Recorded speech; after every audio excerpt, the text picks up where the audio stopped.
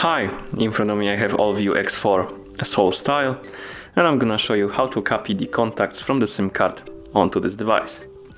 Let's start by opening the Contacts app, and to do it, tap on this icon right here to open the app menu. Then tap on the Contacts icon. Here tap on More. Tap on Import/Export.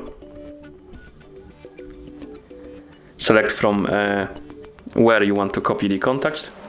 So let's select the SIM card. Then tap Next.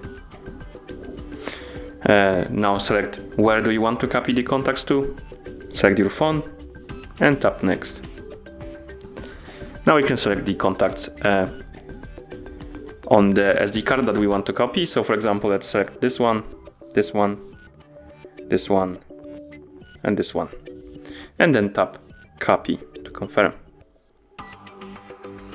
As you can see right here, our contacts were copied. And that's how you copy the contacts from the SIM card onto this device. Thank you for watching.